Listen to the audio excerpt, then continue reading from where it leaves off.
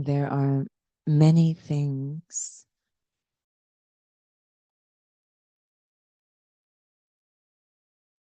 in the world that is common to every human being.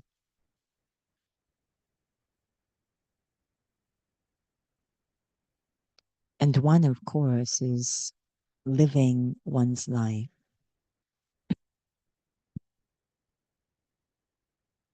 Every human being on this planet, in one way or another, is living their life.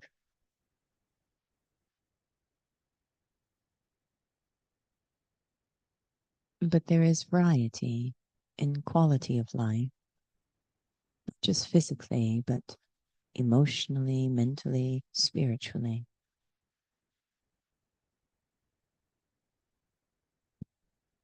What creates that variety?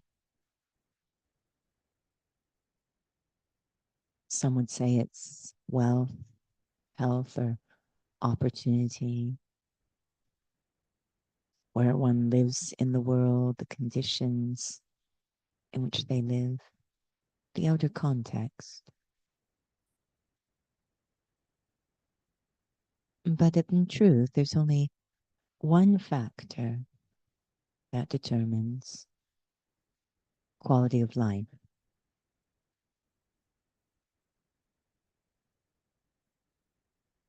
And it is not external.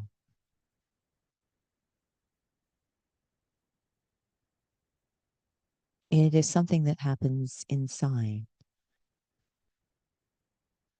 How I experience life, how I experience the outer world, depends on the state of my inner world.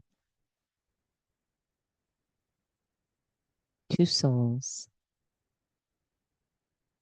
in the same situation can have very different experiences depending on what's going on inside.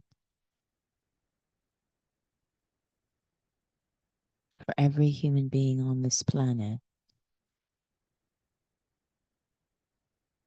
quality of life is shaped by one thing: inside.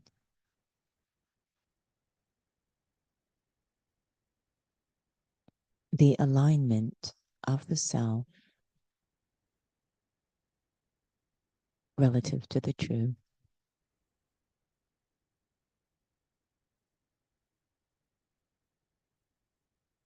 Relative to what is eternal or timeless.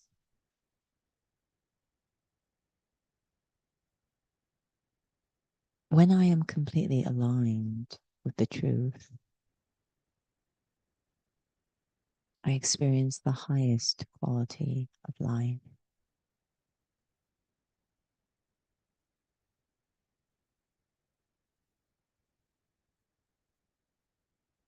And we even remember that highest quality of life, that most pristine world, heaven, Swarg, utopia. It's remembered as Satyug, the land or age of truth. That is the single one factor that shapes quality of life. How closely am I aligned with the truth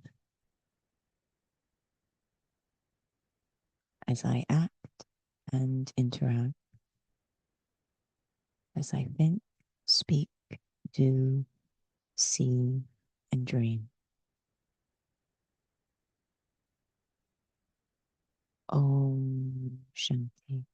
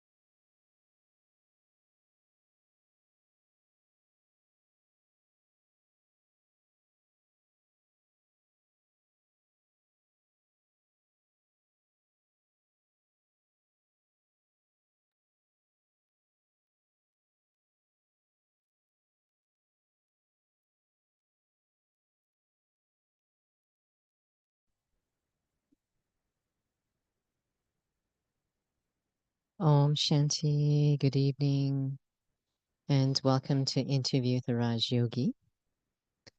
We had put the topic as living the truth, but realized that there was a request from last week to continue with the topic of stability in the midst of instability. So, Sister Binny, putting you on the spot there, if you can hear us, if you wanted us to go back to that topic or perhaps maybe somehow blend the two together.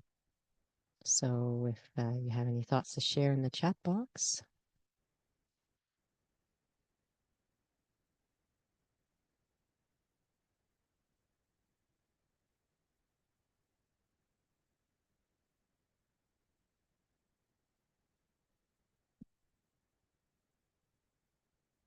Okay, we will blend.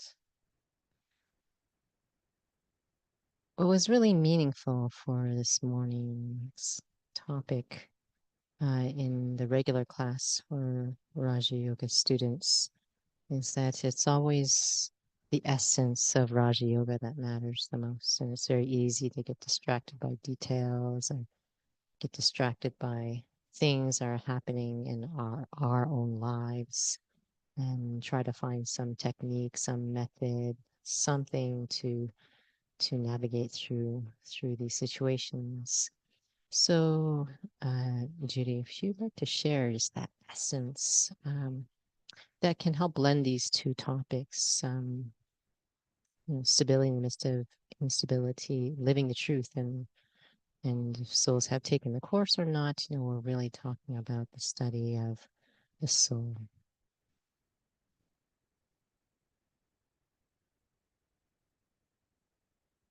Om Shanti.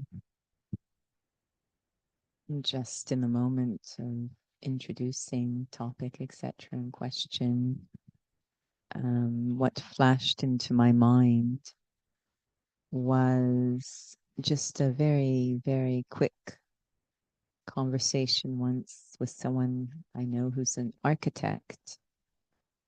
And he shared that he was working on a house, and just a couple of doors down, another architect was working on another house, and he knew the architect, and they were very got along very well, etc. They were associates. Anyways, every architect has their own preferences and style, but what was, if you will, trending or popular at that time is to build houses and kind of have these add-ons to the house. So little nooks sticking out and things hanging off, and he just commented he's not really a fan of that approach to have things just kind of hanging off and jutting out, and although it's very, very popular.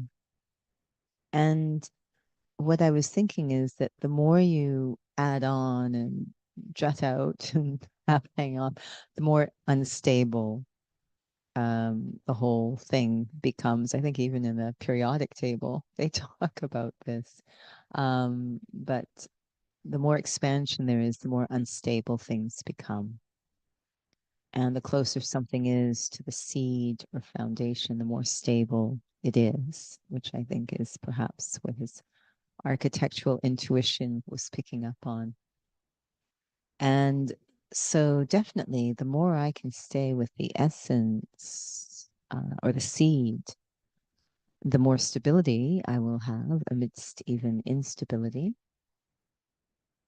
But also the more simple things will be, and probably therefore enjoyable and more effective or powerful. Whenever we run into a problem, we say, well, let's get to the root of the issue. So we're pulled back to the seed as the solution. So if I can stay with the seed, then probably I'll have less problems. But also the nature of the entire tree or what emerges depends on the state of the seed. So just by focusing on the state of the seed, I can affect the entire structure of my entire life. So if I would like to live a truthful life, which we suggest is a happy one and a peaceful one, then I have to make sure that there's truth at the seed. And our understanding of truth is that which is eternal. So the truth doesn't sort of go in and out of style. Opinions do and trends do, but the truth is timeless. So, what is the truth about myself? And am I living from that awareness, that stage? That's what we explore. There is a deep connection between these two aspects of stability and living the truth. And this is something that's commonly shared in Raja Yoga, where souls are challenged when they say, I think I'm actually embodying it, but maybe I'm actually just thinking about it. Maybe I'm just talking about it like we are right now. But so, do you have any, maybe perhaps from your own experience, uh, to really make sure I'm moving in that direction of experiencing it, in terms of what that is going to look like? Maybe it's signs, anything you can think of during your journey to be able to keep moving in that direction of living it versus just something intellectual.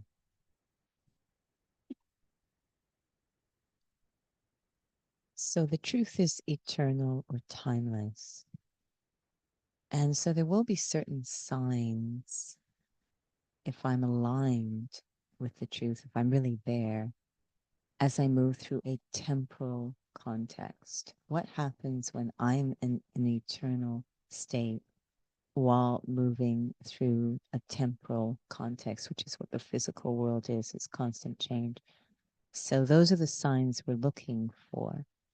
And what happens when I'm not in a timeless state, when I'm sort of entangled in the temporal, is that as things change, I fluctuate a whole lot.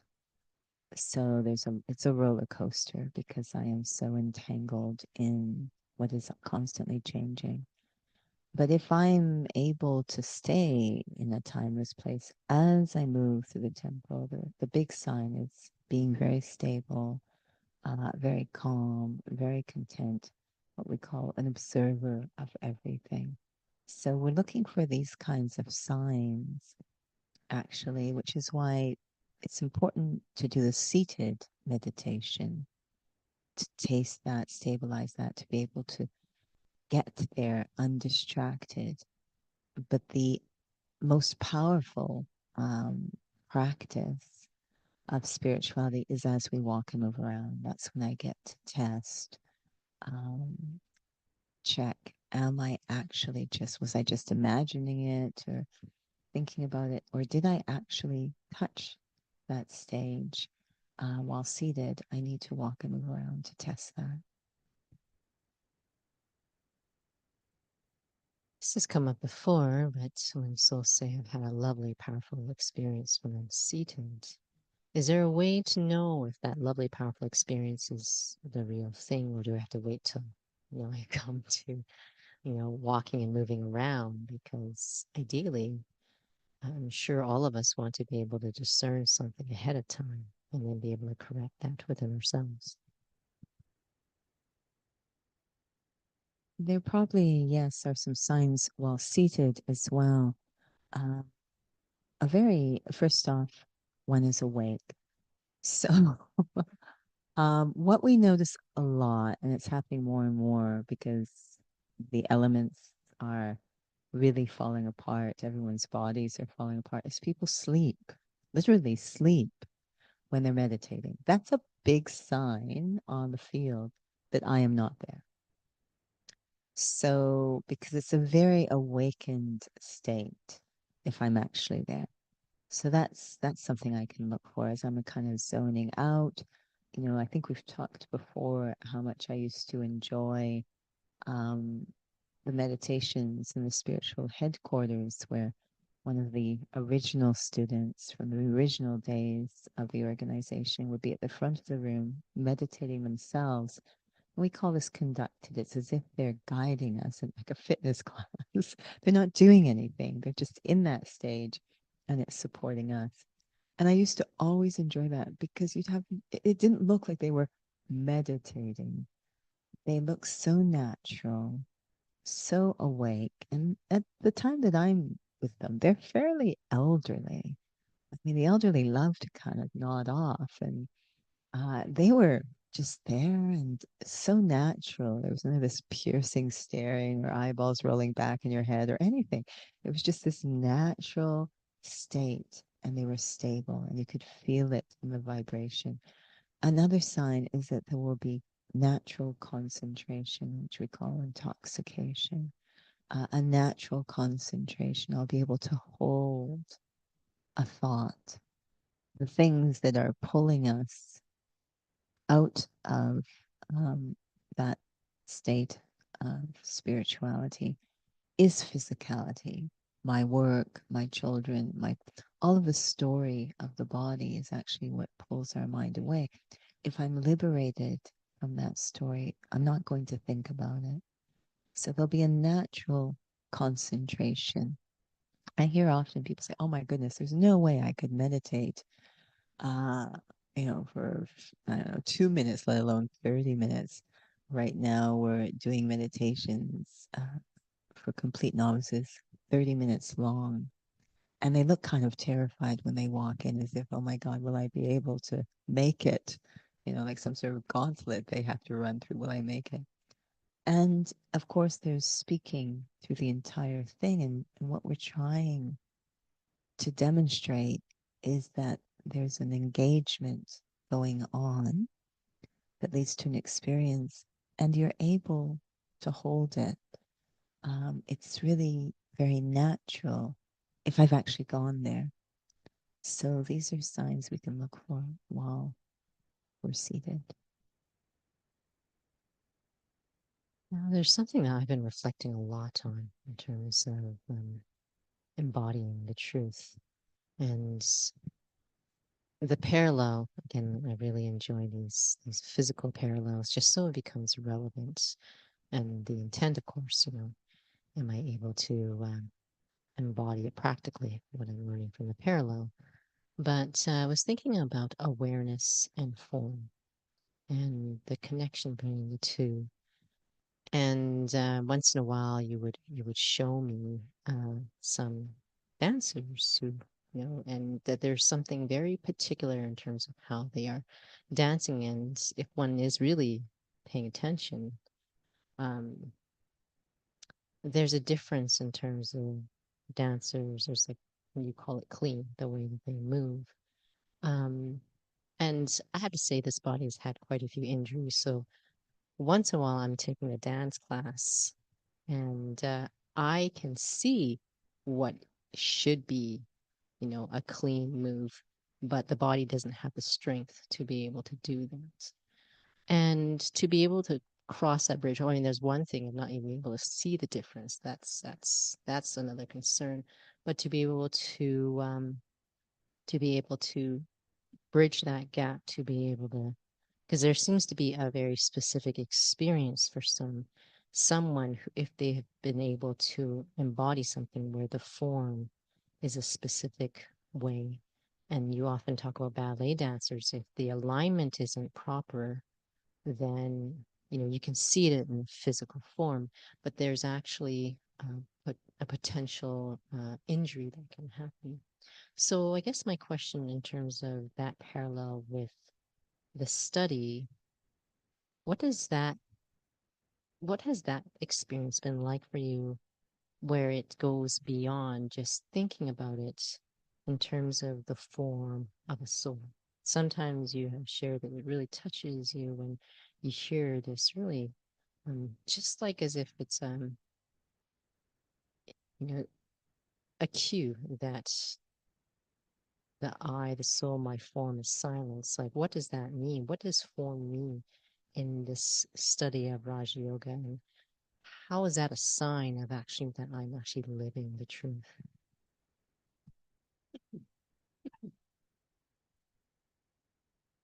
So one's form in movement, and we actually do use that term, they had very good form as they executed the exercise. So one's form in movement depends completely on their alignment and their, again, that word stability, the strength they have. to have that core stability. And in certain disciplines, to align something is called to true it. So when you go get your bicycles aligned, the surfaces truing the wheels. So to true something is to align it. So there is a pure or true architecture of the body, the absolute ideal, injuries aside, absolute ideal alignment of the body that's pain free. There's a certain curvatures in the spine, um, stacking of the bones that's pain free. So when people have different anomalies in the curvature or they have hyperextension, then they're going outside of the architecture and they run into problems. So this is in the physical. I'm truing the body when I align it, and I have the strength to hold that alignment. It's called core stability, the strength to hold that truth or alignment as I come into movement. That will create pain-free movement, harmonious movement, etc. So that's with the body. When someone is doing it physically, and I've noticed that these souls are often quite natural at introversion. There's a certain inner silence or observation that's going on, certain silence or subtlety internally to be able to detect what's going on. So they're kind of, there's a connection between silence and truing or alignment, in the sense that silence is not empty, but it is where truth resides. So I will need to go into that kind of state to be able to true the body. When it comes to the soul, we call awareness alignment. So the true awareness of the self. I am a spiritual being, and it is absolutely surrounded by silence. I need silence. I need inner quiet to be able to uh, stabilize in that kind of subtle state.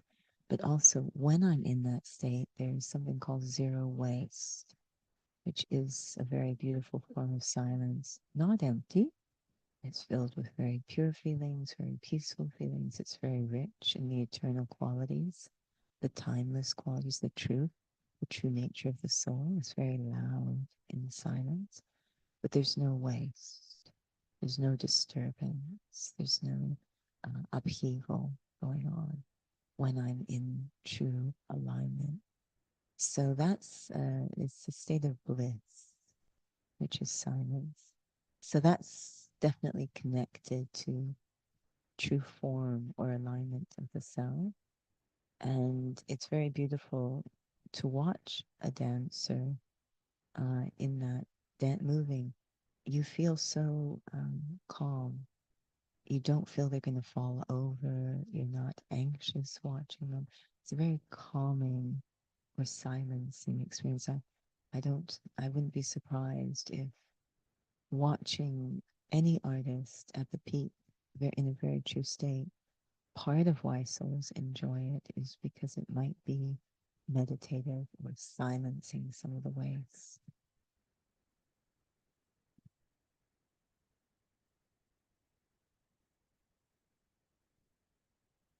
When in that physical example,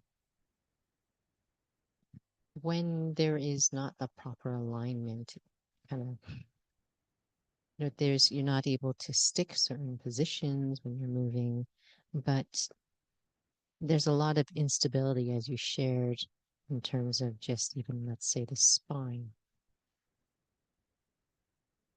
And sorry, Sister Vinny, I know you have a question there, so I'll address that.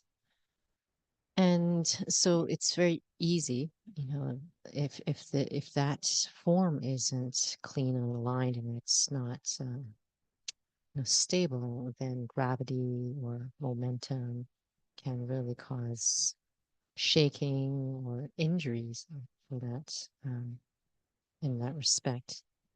So I was thinking about as well in terms of the form of soul. Do you know that if we were really stable in that experience, then we could really feel, not analyze, but just naturally just feel there's a very clear definition of me, the soul, and everything around me is separate, because souls do find that they may not discern the difference from just thinking about it versus, I guess, and again, embodying it, like the difference between the two. Yes, I think you've described the signs, if I'm really in that state, to be so, some use the word bliss, some use the word zen, we use the word loving, just totally fine with everything, very stable in a very calm vibration. To experience that, move around. Some say, oh, no, I'm there, but it's when they're in an ideal environment. So our inner state has become so dependent on the outer context. It's very easy to feel peaceful in a peaceful place. We're talking about consistently peaceful because it's generated from an inner form or alignment. So this is why we say Om Shanti isn't to greet each other, but this is a declaration. When I am truly in soul consciousness, when I am truly experiencing myself as a spiritual being, it's very, very shanti. Doesn't matter what's going on outside. It's very shanti. In terms of, I don't know if you want to. Yes, Sister Benny. So your question, which is in reference to something Sister Judy had mentioned, how to achieve the stage of absolute zero waste amidst the uncertainty, there are multiple distractions and disturbances. So that really highlights again what was just shared. These distractions and disturbances, they could be things outside that are affecting, are creating certain kinds of thoughts inside. And they could also be things inside coming up that have absorbed, or through the force of poor alignment, body consciousness is causing disturbance. This morning I was in a meeting. It was very interesting what was shared. We're talking a lot about the foundation, and that in the study of Raj Yoga, lesson one, the foundation lesson, is who am I?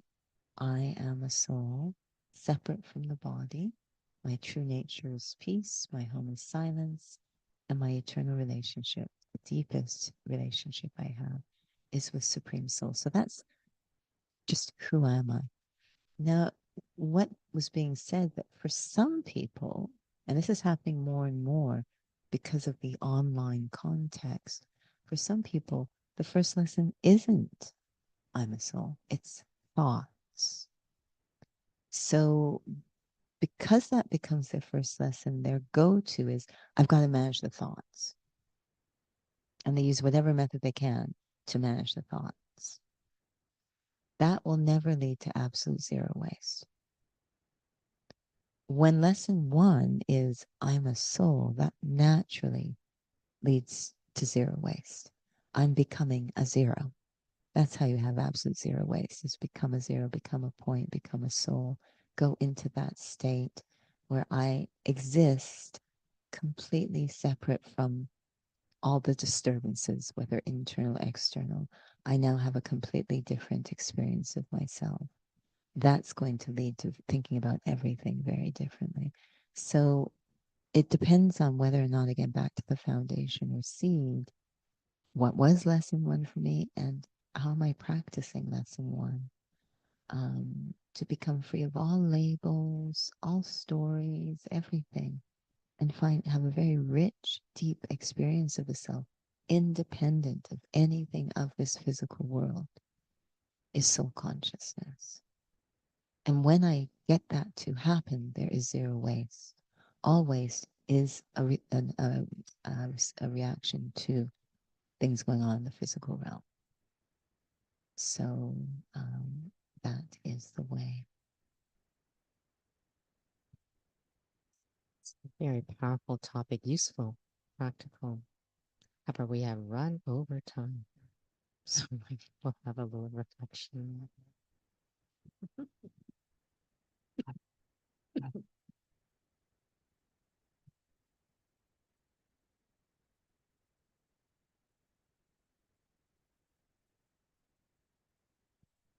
Whenever there are storms or hurricanes or upheaval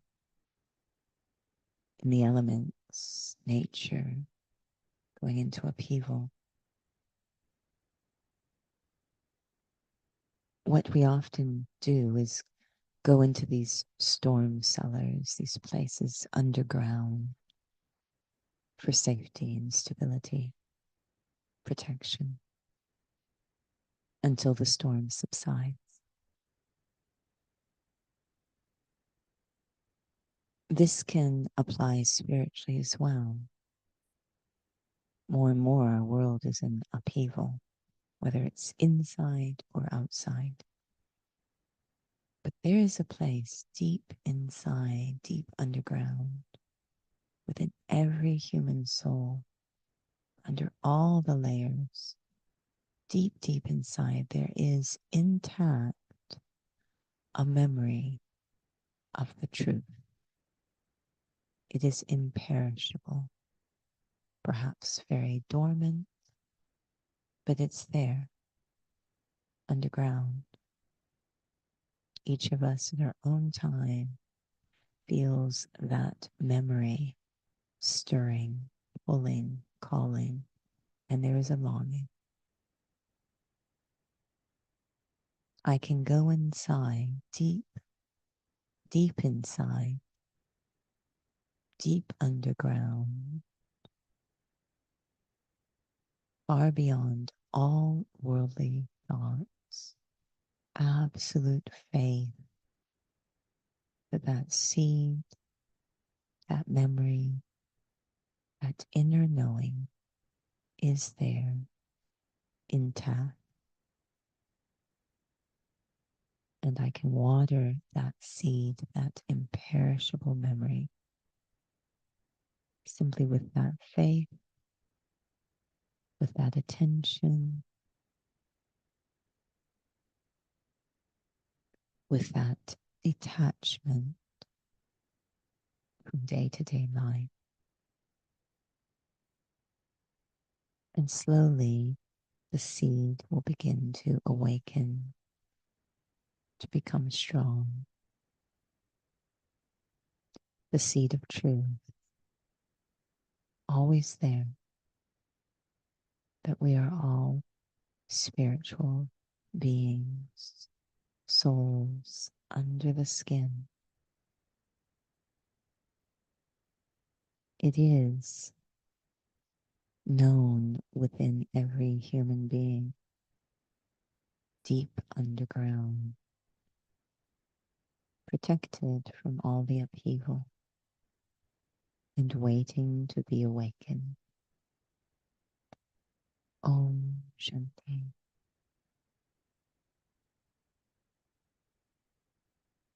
Om Shanti. Thank you for those who joined with us. And thank you, Sister Jenny, for a very useful question. Thank you, Sister Jenny, for all of your experiences and sharings. So, just a reminder, we have sent out a message through the email to save the date for December 30th,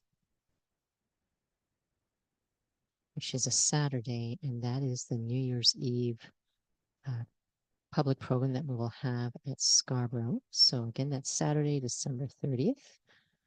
And 6:30 to 8:30 details will be coming out soon with our registration link. So more information will come from that, and we'll post on the website as well. And again, drop-in sessions we have Inner Fitness, 12:30 to 1:15 at the Academy, formerly called Heavens. We also have the Monday drop-in session and Friday drop-in session, 6:30 to 7:30 at the Inner Peace Center as well. And of course, many online and drop-in sessions for meditation as well as the interview. So you're welcome to look at the website to find all of that information. Thank you so much. Om Shanti.